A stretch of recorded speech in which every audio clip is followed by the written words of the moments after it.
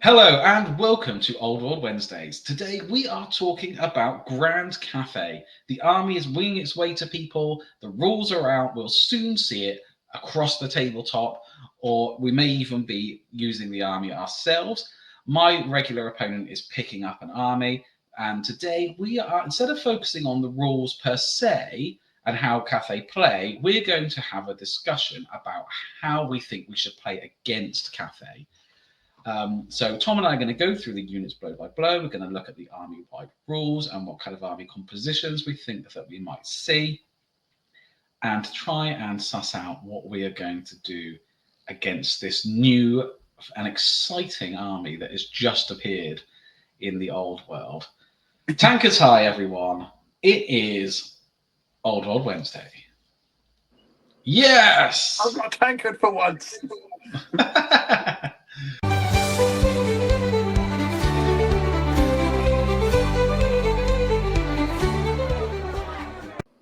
So just before we get into today's video, I just wanted to talk about numbers. Now, I don't normally pay too much attention to numbers and things like that. However, YouTube is telling me that we are approaching 4,000 subscribers, Tom.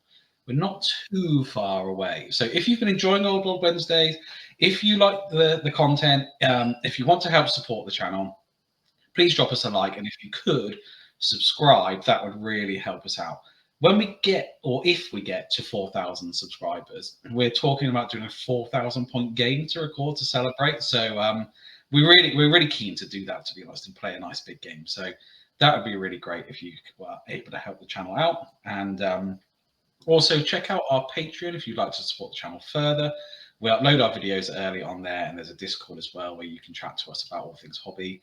And we've uploaded some pictures of our Empire project and things like that. Right, let's start. Rat. Let's start straight away with the big, nasty, scary thing that everybody is talking about.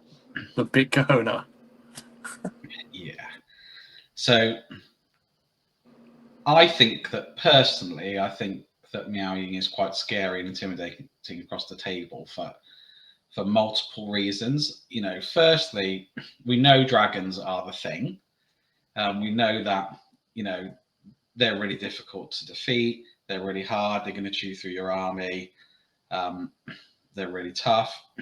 We know that level 4s are the thing at the moment. You know, they're talking about balancing them out potentially. And she is both. Kind of at the same time, but not always at the same time. So she drops down to a level 2 when she becomes a dragon. When she's on foot, she's a level 4. So one of the things that struck me straight away about her was I was like, right, okay, so this is good for someone who's got like the dragon slaying sword. But then if you've got the dragon slaying sword and you're nearby, she doesn't have to be a dragon. So you can't, it's quite difficult to tailor your army in a way that, oh, I'm going to go and kill big monsters and dragons, because she might not be a big monster. And actually, the top tables of tournaments are evolving and growing to the point where you're now actually seeing less dragons on the top tables. So it's not the be all and end all if you take the dragon slaying sword and try and force her to not go into dragon form.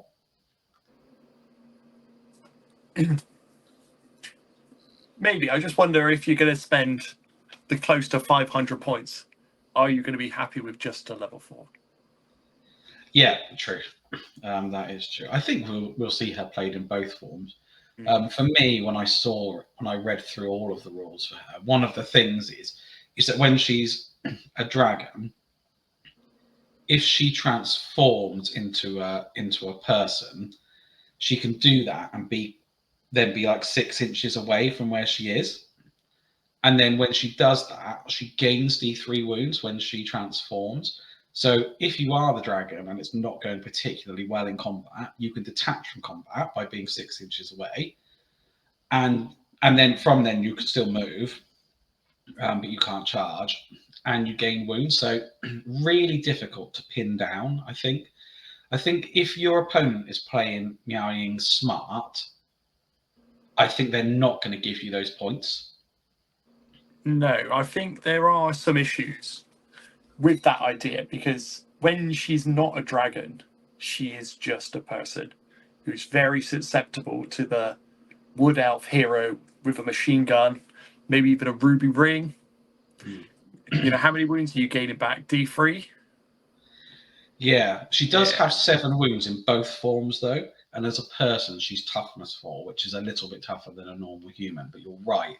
A magic missile or some shooting, something like that, is definitely going to cause problems for her in her human form if she's not either bunkered in a unit or right next to a unit and not the closest target.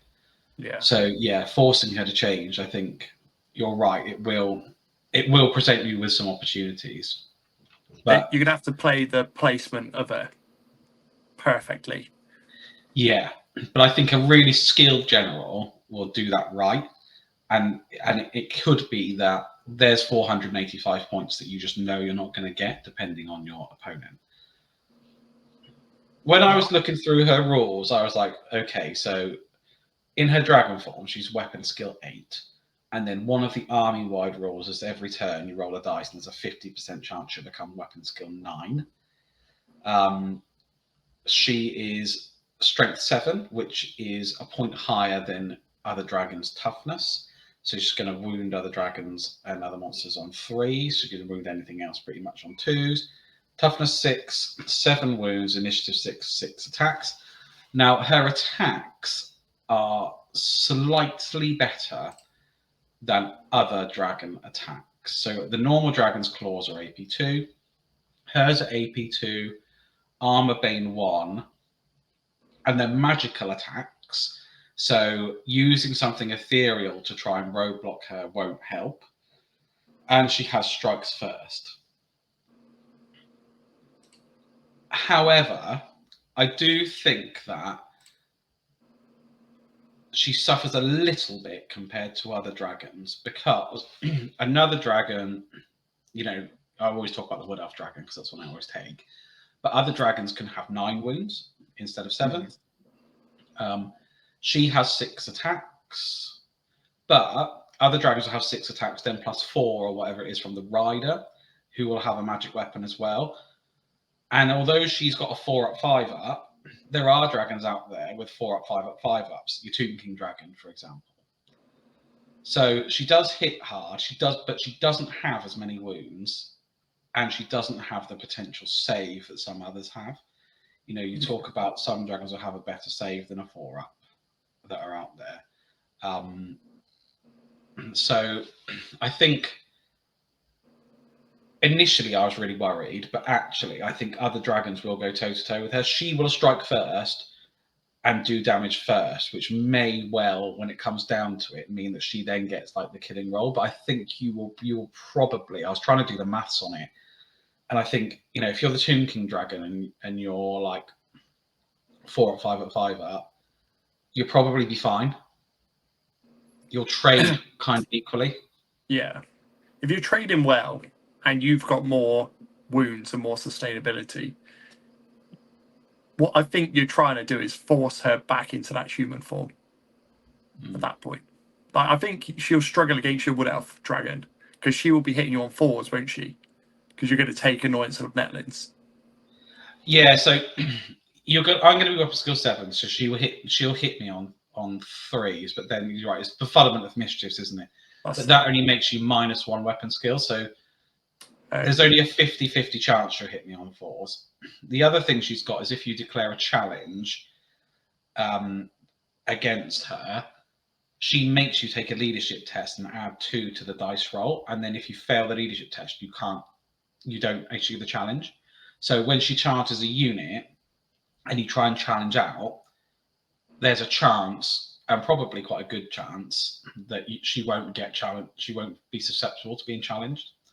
So you're probably looking at taking something. You want your hero to try and tie her up, basically. She's got a good breath weapon as well. That I just saw.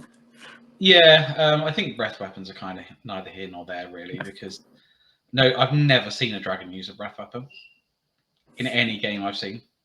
Because they're always marching or trying to get into combat. You've watched the battle report. How did they fare? so Miao Ying isn't out yet. Yeah. So all the stuff that people are taking is just what Games Workshop have given them. They haven't given anyone Miao Ying as far as I can see. So we haven't seen her on the tabletop yet. But yeah, I think those are our thoughts. Is force her into the human form. Don't think that you're going to roadblock her with units necessarily, because the challenge out thing isn't always going to work.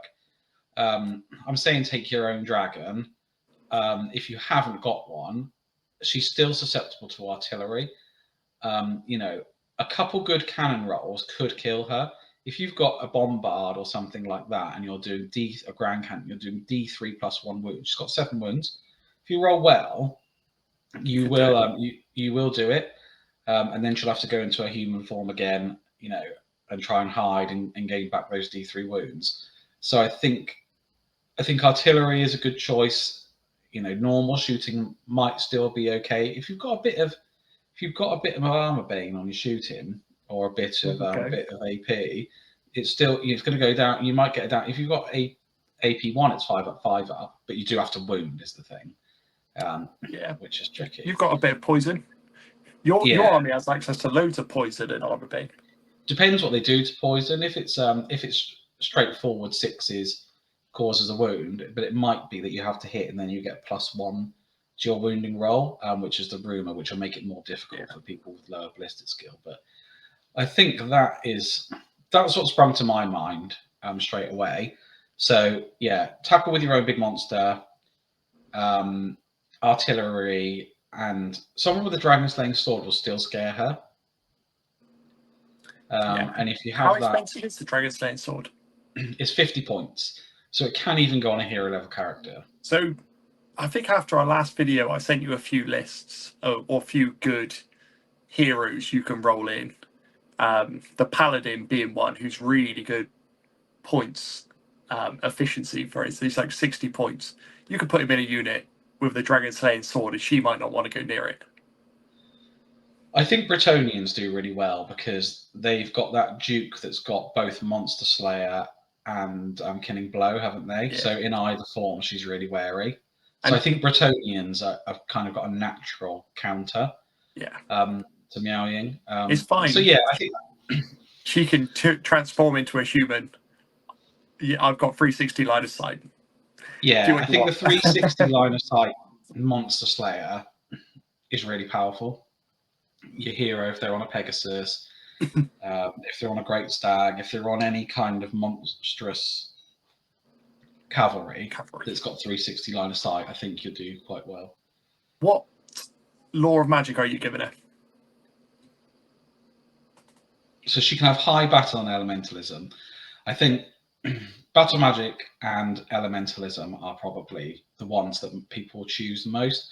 High magic does have a spell that makes you ethereal, which which could be interesting. But I think she doesn't really need that. I think personally is you're probably going to go for. I think that would be a baller play. If elementalism, ethereal, turn back into the lady, and then that's true. If you take high magic, you take elemental. Take high magic, you take the spell that makes you ethereal. When you turn back, you're all right, aren't you? What's the sequence on that? Would you turn back at the start of your end of? That's true. When do you turn back, and then when do you cast that spell? That's a really good point. I don't know. Let us know in the comments. Oh no. All right, I don't want to spend too much time. To be honest, we could do a whole video on Miao Ying because she's got 3 pages of rules. The important thing is she is an incredible model. So if someone's going to kick my ass with it, I don't mind. Yeah, completely agree. She's like, to my mind, the best old world model. One of the finest Games Workshop models. All right, so next up we are talking about forgive my pronunciation, the Shugengan Lord. I'm just going to call it the Shenanigan Lord. The Shugengans. Oh, Misa, I make a mistake. Oh, let's not do funny voices. We know where this is going to. It's not going to end anywhere good, is it? Even your Gungan voice isn't going to go well. This is how you get cancelled, Tom. That's it. Sell me down If the this river. makes it into the video, we're done for. Okay, so this hero is your Lord level character. They're on a Great Longma, so they are the ones that are level 4 that can basically wear Chaos armor. And they are on one of these Spirit Longmas, which is, I guess, the equivalent is a Great Pegasus, isn't it? So they get 360 line of sight. They can fly. They're really good, to be honest. And I think what you will see is Miao Ying, and you will see one of these lords, and that will be the kind of go-to lord choices. You may well see one other support character because you can use their inspiring presence, and they will help your units a little bit. But for the main, it's going to be these two. That's for sure. There's a way to get this guy to 3 up, 5 up, 5 up with the use of a magic sword. And it's a magic sword that gives you regen. His armor naturally gives him a 5 up save. A 5 up ward save. So really good, really tough. 360 line of sight. Will get anywhere. Will cause havoc. Basic stat line of the Spirit Longma is strength 5, 3 attacks, weapon skill 5, and the Lord is weapon skill 6, strength 4, toughness 5 because he's got to be on the Longma. Again, 7 wounds, initiative 6, 4 attacks. So you're looking at 7 attacks between the two of them. He's going to be really good. He's going to be a good support character, and he's going to be getting everywhere. I think this is one that you've got to be mindful of because he's going to hit kind of similarly to a unit of Pegasus Knights. Yeah. On his own. It's Baron. I think he's a Baron level, isn't he? Not got as many attacks or the strength for the Duke. Yeah, but I think he's one to look out for, I would say, because wherever he is, he's going to be a big threat range because he's got 360 line of sight. He's going to be able to charge what he wants, and you're pretty much just going to have to let him. So you can try and obscure things like that. The thing about him is, I suppose, is that he may well get exposed to shooting because he's going to be charging out on his own. He's going to be unlikely to want to be in a unit of Jade Lancers, let's say. What's that sword you spoke about? So it gives you regen, and what else? Strength +2, AP 2, armor bane 1. It's a great weapon. That's quite good. I didn't realise he got impact hits. Yeah, D3 +1 impact hits. So he's going to have the equivalent of a great weapon. He's going to have impact hits, D3 +1. He's going to have his own attacks from the Longbow. So he's going to hit really hard. He's going to be really good against anything kind of mid to lower tier, really. If he hits a unit of cavalry, if he hits a unit of infantry, he's going to be pretty good. He's going to struggle probably against some of those really tough units, but because he's got fly, he's going to and skirmish, he's going to be able to pick his matchups really well. So he is going to be tricky. I think one of the things about Cathay is they are quite elite, and you look at their profile, their stats and things like that, and you think, oh, like this guy's really good or this unit's really good. But they're quite easily tar pitted. If he went into a big unit of something, they're going to combat res him out. They're, all right, they might give ground. Don't really care. Don't matter, does it?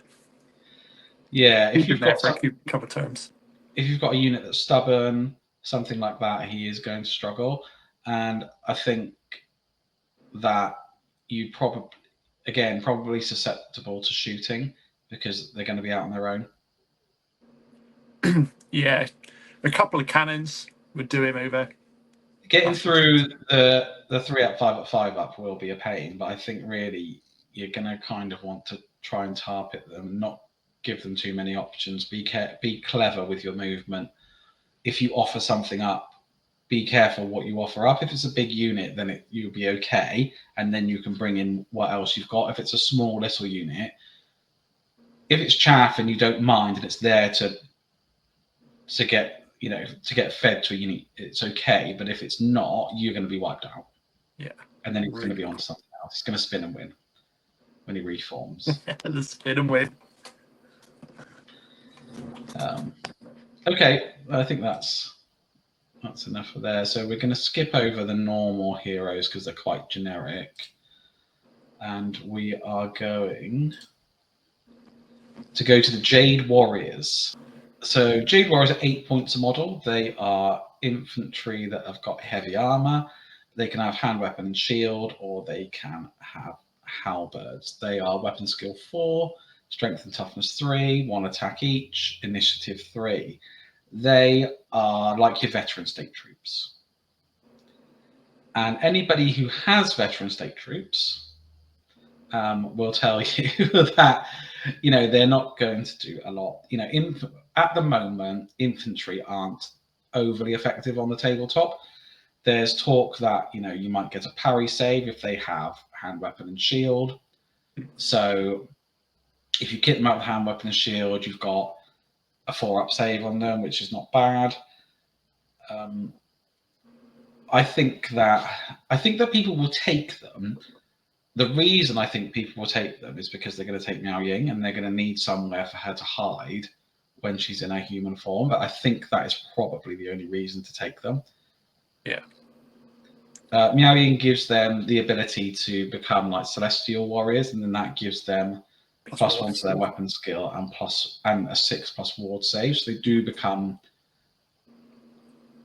good, definitely good for their points. But you're still talking about a toughness 3 guy with heavy armor and a shield. It's not going to be too difficult to get through that unit. No, you're going to chew through that. Pegasus Knights are going through it. Your Wild Riders are having them for lunch. Yeah, and there's loads of matchups that are really favourable against this unit, to be honest. And the other thing is, if you've got, we just talked about the 2 heroes characters that we think we're definitely going to see. They both fly. I think they're going to leave these guys in the dust, really. If you're playing Miao Ying, that you want the Jade Warriors to kind of keep up with her, unless you've got a spell that's going to make them keep up, unless you're going to cast Arcane Urgency on them, they're just going to get left behind. Don't know that we'll see a great place for them. So, yeah, not overly concerned about these guys. Jade Lancers, I think, Tom, you're right to talk about Jade Lancers because these guys are the heavy cavalry. You're a Bretonnian player. You know all about how heavy cavalry works. The only difference really between these and a Bretonnian cavalry is that they don't get lances. They get their own kind of weapon, which is +1 strength, +1 AP on the charge, but you can use it in 2 ranks. So if you take 10, you can get 10 attacks, I guess +1 for the champion. They're which is fine. It gives you a kind of lance formation, I suppose. But for me, heavy cavalry shock troops charging in at strength 4, not that scary. Not that scary, mate. But just trying to think, mate, like anytime I've used my Knights of the Realm, they've not done anything. They've gone into targets I think they should have obliterated, taken off the table. But you don't go in with the attacks with the Knight of Realms. So those 10 attacks, 11 attacks with the champion. So you're going to hit most things on 3s or 4s, especially if you get this +1 weapon skill for as an army-wide ability. You're probably going to hit 3s. Make them a celestial. Take celestial Lancers. That will improve their survivability a bit. Then they'll be just like Knights of the Realm. But they look so good, man. They look so good. Yeah, but I think the Cathayan Cataphact rule. To be fair, they're toughness 3. They're going to have, what have they got? Heavy armor, shield, and barding. So they've got a 3-up save. AP1 makes that a 4-up. If you're toughness 3 with a 4-up save, if you're against something with AP1, you're gonna die. yeah, you're going to drop really quick. But I think, as we find, most core isn't there to do any real heavy lifting, is it? It's there just for 500 points. They're quick down the flanks.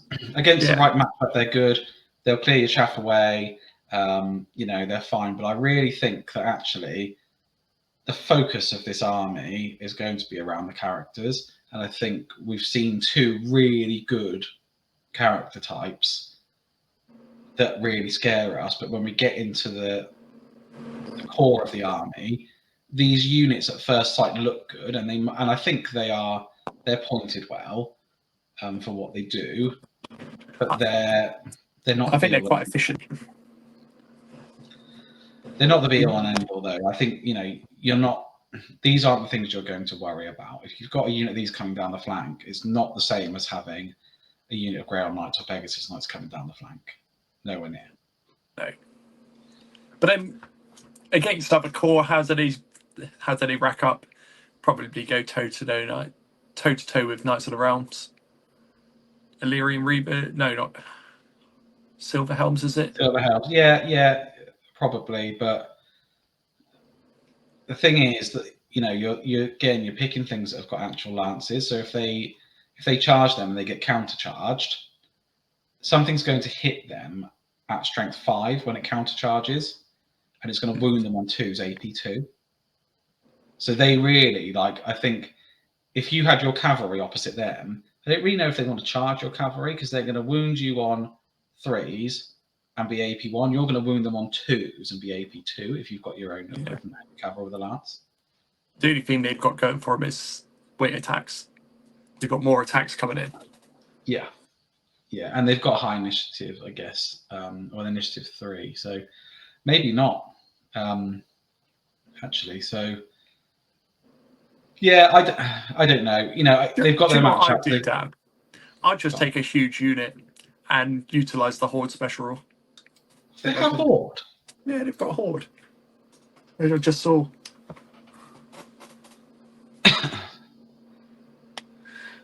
I mean, how big a unit are you going to take to utilize that? I mean, that is crazy.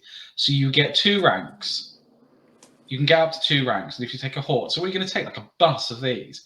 No, yeah, not feeling it. Why not? Take 3 of them. You just want to take the old style lance formation, where it's like 3 at the front and as many deep as you want. You're doing anything to take a lance formation. I'm not endorsing this. All that is inviting a cannonball or a bolt thrower through the middle of them. Do you not find that weird, though? Sorry, Dad. There's unit strength 5+, but most of the cavalry is 4+, is it not? Heavy cavalry. Heavy cavalry. Yeah, heavy cavalry.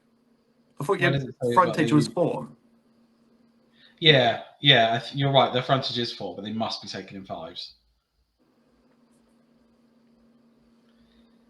Maybe this is a change we'll see. You never know. Better not, because I just painted up a load of Empire Knights in a frontage of 4. All right, Sky Lanterns. Now, these I rate. I think Sky Lanterns are really good. Oh, you changed your tune on these so quickly, didn't you? You're like, no, they're rubbish. Yeah, well, I hadn't read the rules properly when I was like, nah. So they're toughness 5, they're 7 wounds, they fly, they're unbreakable. So if you've got something toughness 5, 7 wounds that is unbreakable and flies, you can get that in the way. And you know, I'm all about units that get in the way, because playing Wood Elves, having Great Eagles, stuff like that. If I had a Great Eagle that was like this, I'd be loving it. It just actually, in one of the battle reports I saw, like, they used it just from that. It just got in the way, soaked up a charge, and then everybody like got in around the flanks. So it's really good. It's also got a rule where it can choose to break from combat, where it can fall back in good order, but you can only follow up 2 inches. So because if you're unbreakable, I think that's how it works. You would normally just fall back. That's how it works with Tomb Kings anyway, if they lose the combat. But this can fall back in good order, so it can get out the way. And what this general did that was really, really clever. I wish I could remember the name of the channel. Dan recommended it to me, but they fell back in good order through their own unit, and then were like back over the other side. They automatically rally because they can do feigned flight anyway if they want to flee. So they automatically rally, and then they had like the main unit, like they had their army kind of waiting to the Cathay army waiting to countercharge. So I think they're really tricksy. I think they're good for that reason. The crane guns that they have on them are very good as well. So all the guys can carry crane guns as standard. So the crane gun is that 36-inch range? 36-inch range. Strength 6, AP -2, armor being 2, cumbersome. Yeah. Finally contributed to the video. You're welcome. It's really good. It's going to be great at picking out, cavalry, stuff like that. Every guy can take one, and there are 4 crew inside and a commander. Oh, and they're ballistic skill 4. Yeah. And the commander's ballistic skill 5. They are cumbersome, however, but they're going to be really good. So this guy is going to get in the way. He's going to cause problems. His shooting is going to be really good. It works like a chariot, so it has impact hits. But it is a large target, so you are going to be able to shoot it from wherever. You are going to be able to, to do some damage. I don't know that you will do 7 wounds against a toughness 5 target in the first round of combat, if I'm honest. No, maybe not. Not unless you had a pretty big weapon. Yeah. I can't see that it's got any armor at the moment. Doesn't look to have any armor. So there's one thing on your side, but yeah, I think watch out for these because these are tricksy. If you're thinking you're going to get into a Cathay army, I think they're going to park one of these in front of you, and I think that's pretty much what they're for. Or if they don't, they're gonna use the fact that it's not moved to their advantage because it's gonna it can shoot 36 inches. It's gonna start picking off stuff. It's gonna be quite nasty. Yeah. Yeah, really good. A cannon is a natural enemy of this because it's got no armor. It's toughness 5. It's just gonna strip it of wounds.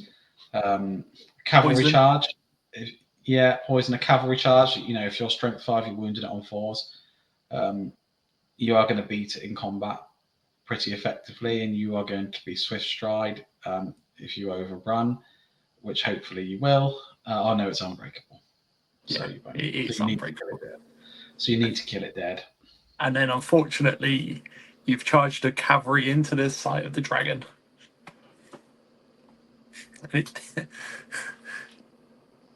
I would poison it off straight up. Just skeleton horde with bows. I think there's better targets for poison, but we'll talk about that later. I think if somebody plays aggressively with this, then you do have options. If you've got cavalry, if you've got monsters, if you've got stuff that can just go in and take it out, if you've got something quick, even if you just tie it up, although it does have feigned flight and it will rally at the end of its turn, I think that does make it difficult, to be honest. I think this is a tricky one. Maybe we'll come back to it when we talk about general kind of army overviews. Next, we've got the Cathayan Sentinel.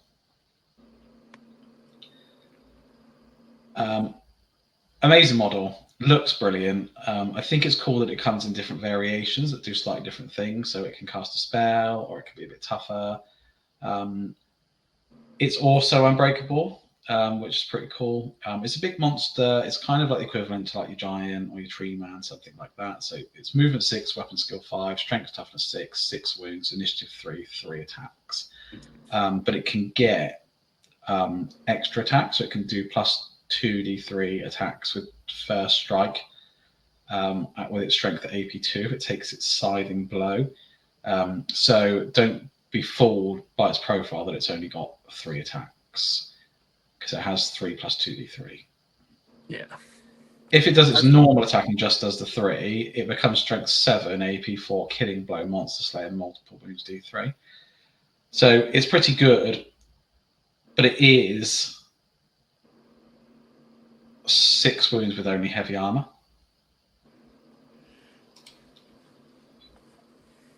If you take the Terracotta Sentinel, it's got a 6+ regen, which may help it out a little bit. I think there's better choices. Yeah, I agree. But in terms of killing it, that's what it is. You'd be better off taking it as the Jade Sentinel, because that gets access to pick a spell from Elementalism, and then it can pick. There's a spell there that gives you 5+ board save for the unit, but you can't charge or march. But if you think but it's there to soak up a charge, isn't it? Yeah. So that's that over ramparts. Yeah, that's probably the better option, I'd have thought, if you're going to try and be defensive with it. You could also take a fireball, throw out a cheeky fireball. But I personally don't know that we'll see these, because points-wise, you're paying an extra 100 points than what you're paying for the lantern for the same slot. Yeah. 100 points minimum. You're going to throw a special rule on there. Yeah, that's true. So you might be looking at double the points cost, and it's slow at well, it's movement 6, but it's slow compared to the fly 8 that you get from the lantern, and it just doesn't quite do it for me. It's got less wounds. It's slightly tougher, but I think point for point is much less efficient. So I personally don't think you'll see them. If we do see them, Poison Monster Slayer, Avoid, it's infantry essentially. All right, it's got a bit more movement than an elf, but it's an infantry model. Its line of sight is just stuck, looking forward. You can run rings around it. Not too concerned about it, really, if I'm honest. No. I think it's great. I love the model. I think it's a shame we won't see them. We will. We just won't see them. I don't know that we'll see that many right at the very top competitive end. But I know for a fact that Tom, my cousin, is getting one. Yeah. I've not decided if I want to paint a Cathay army yet, so I'll probably get one just to paint. Just going back to the Sky Lantern, actually talked about its movement. One thing that you can do to it is it's movement 1 if it doesn't fly. So if you are Beastmen or you are Bretonnians and you have access to an item that stops the enemy army from flying, that's pretty strong to keep it at movement 1. If you think it's going to cause any shenanigans, it's just stuck, basically.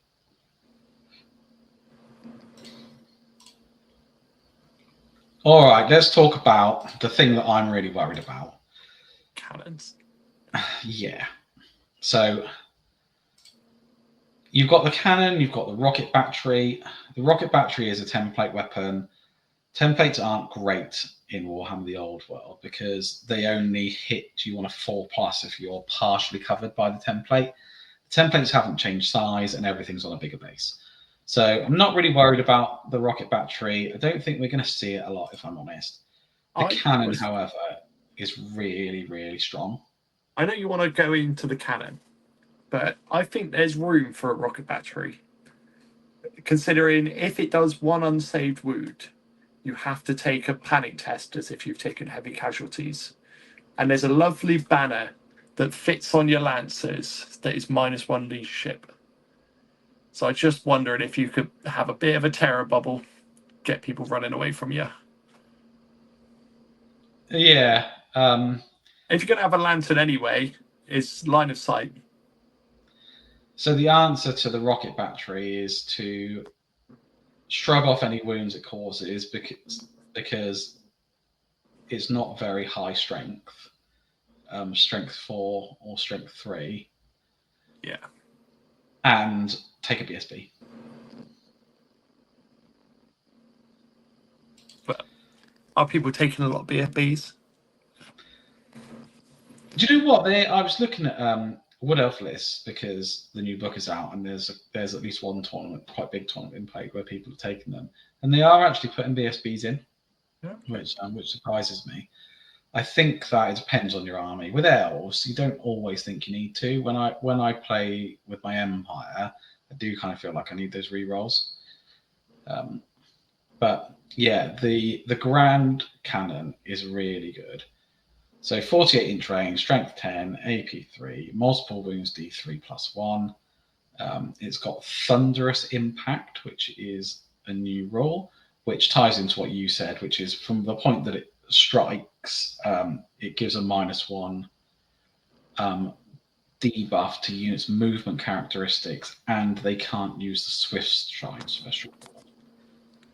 Yeah, that's good. And Swift Stride is really strong. So if you take that away from people, you're not potentially not getting the charges that they want. A lot of the time, if I want to charge, I'm relying on Swift Stride to get me that charge. I'm factoring it in pretty much to guarantee the charge. So it is units friend or foe. So if you get up in their face a bit, perhaps it's going to cause problems for them as well, if they're going to be firing something nearby.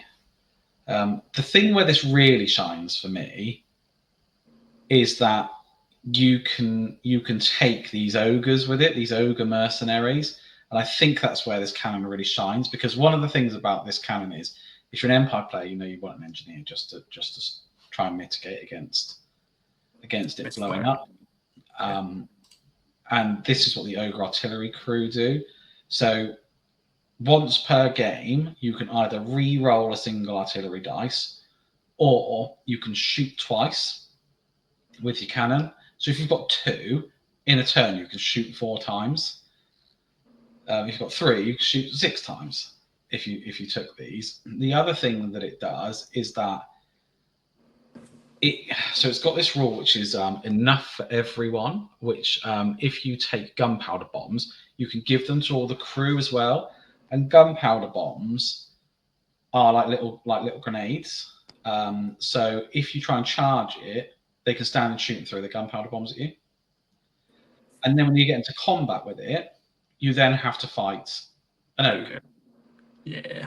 So it's not like, I'll have a little chaff unit of skirmishers or a chaff unit of ambushers, and they'll just, they'll tie it up, whatever.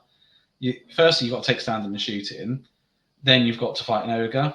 So it's actually pretty survivable. So the normal things that you would think, I'll send, a Great Eagle is like the classic, isn't it? I'll send a lone Great Eagle up to go and harass. Well, what's a lone Great Eagle going to do against an ogre and crew and standing and shooting? Not too much. So I think the way to beat this, so you're going to want to shoot it, because the way war machines work in Warhammer the Old World is, if it's in combat, use the toughness and wounds characteristics of the crew, and when it's not, use the toughness and wound characteristic of the artillery piece. And it only has 3 wounds. So, for example, how poison works at the moment, this may change. You want 18 shots into it, and on average, you'll kill it. You'll get 3 6s on average. You want to hit it with your own cannon before it cannons you. That's what you want to do. I don't really think you want to get near it in combat. I think you want to try and focus whatever shooting you've got into that, unless you've got something really nasty looking at you. Like if you've got your Jade Lancers coming into your shooting guys, you're probably going to want to try and shoot them off before, you're going to have to think about your target priority. But all things being equal, this probably should be your priority. Even a magic missile, if you can get a fireball into this, that's 2d6 hits. You're going to get 7. You're probably going to get a wound. That's a third of it gone. Yeah. It's not a bad target for a ruby ring or for any other shooting. That's what I would say about the rocket battery. I think the rocket battery needs to be your turn 1 priority. The reason for that is they're just going to unload 4 cannons into whatever you've got, like 4 shots. I think when I was looking at list composition, I think we'll see 2 of these rather than 3. Now, I might be wrong, but to fit in Miao Ying, your Shugengan Lord, your minimum core, 2 lanterns, you're going to take 2 of these and then you're going to be hard pressed, and you might just take 1 lantern, but then you're not going to have, it just doesn't quite work. It doesn't, for me, it doesn't quite work. Now, there might be people fiddling around with a list that they can get 3, and if you've got a list that's got 3 of these in, Wow. and still can fit everything else that you want in, I'd love to see it. I was looking at a list with 6 of them in.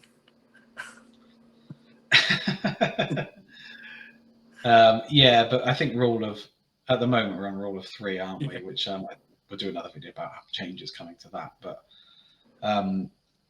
my personal feeling is that people will think that 2 is enough, because in turn 1, if you shoot this 4 times at something, you're gonna probably bring it down. So be prepared. If you've got a big monster, if you've got something that's scary, if you've got something that's fast moving, what you're going to want to do is you're going to want to do things like keep your hero on Pegasus next to a unit of Pegasi, so it can't be targeted. Make sure that anything, if you start, I would say, in turn 1, if you have a large target, put it behind a piece of terrain. Yeah. Because then they won't be able to draw line of sight to it. You can only draw line of sight over other models. I think you're going to have to play a bit defensive and a bit worried until you at least take 1 off. And focus fire on these in turn 1. Hope you get turn 1, I think, is another thing. Yeah. Especially if you've got cannons, because they're going to be really worried about that. Because their cannons are quite expensive. Once you put the ogre in and stuff like this, they are quite expensive. But I think that's the play. It's all about how you deploy. Don't give away anything, because a cannon, although it picks a point on the floor, if you read the rules, it can't snipe characters. You can't pick a point on the floor that would make it snipe a character if your character is non-targetable. So yeah, play for that. Play careful with your deployment. Play for being able to get your shooting in. Have a look at your ranges of your magic missiles. Have a look at the ranges of your shooting. They might play it really far back because it's got that big range, and then that's more. Then you'll have to press forward to get your shooting in range. I think that might be a difficult one if they do. It's going to be an artillery duel, isn't it? Your artillery needs to take out the Cathay artillery. Yeah. Straight away. And if you don't have your own shooting or artillery, what you need to do is offer up very little. So have a think about their target priority. Have a think about what you've got. So, for example, when I play my cousin's Tomb Kings, if I've got cannons, it's worthless shooting them into normal skeletons, because you'll kill 1 per rank and then they'll just summon them all back. Yeah, if you can do something like that, take an army that looks like that, the cannons are going to be pretty worthless. But they are going to, like I said, going to go straight for your dragon. So you've got to be careful. And I think that takes us to the end of the roster. That is it. So other than talking about magic that they've got and magic items that they've got, I mean, they've got a good magic missile in one of their laws. I don't think there's anything too much that we want to talk about. Shall we just briefly chat about what you think your overall army composition should look like if you're going to take an army to fight Cathay? Yeah, go ahead. Do you want to lead the charge? Oh, yeah.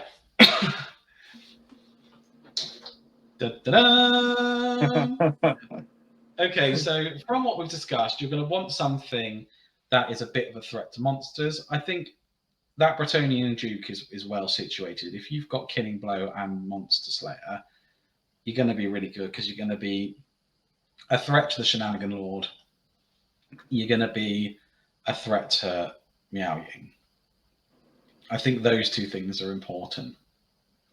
I think you're going to want to take a threat to those, and you're going to want to take them in something that's got 360 line of sight. So you're going to be looking at, can I put them, even if they're on a horse, on their, and then next to a unit of cavalry, they're still a skirmisher. That will be helpful and increase your threat. A chariot's still useful, but they'll be able to fly around the back of you. Then you've got to turn around. So I think those are probably important for threat projection, and then that makes them think then. and they can't target you if you're within a unit that's kind of the same until they whittle that unit down. So that's number one, I would say. I think you're going to want to take, you're going to need to take some shooting. In its current iteration, poison is your friend. If you've got access to it, the more the better, because that way you're going to be able to lay those wounds down on those cannons a bit easier. And then you can look to other things, slower things like the Sentinel. You probably, poison can have a word. If you've got anything that shuts off fly, that's going to be helpful. Miao Ying is still fast, and she's going to get where she needs to be, but it will really shut down the lantern. And then I think that they will struggle against horde armies as well, because although you've got a couple big threats, they're going to get bogged down. The Shugengan Lord's going to get bogged down. Your lantern's going to get bogged down and then run away. Your two core infantry, your Jade Lancers and your Jade Warriors, they're not going to do too much. They're going to get bogged down. I think that's probably a choice. Try not to let them guard your flanks is what I would say, because there's a couple fast things that will get in and around you. And then shoot up through the middle of those cannons, because they're probably going to be somewhere around there. And then just try and play the psychological game against Miao Ying. Just be like, all right, okay, so you've got Miao Ying coming down the table. I've got a counter with a 360 line of sight as well. She is going to strike first, though. That is like the only thing, isn't it? I mean, it's all right for me. I've got an Elven Lord who strikes first. She might eat that Elven Lord on a stag. No, Elven Lord strike first as well. All right.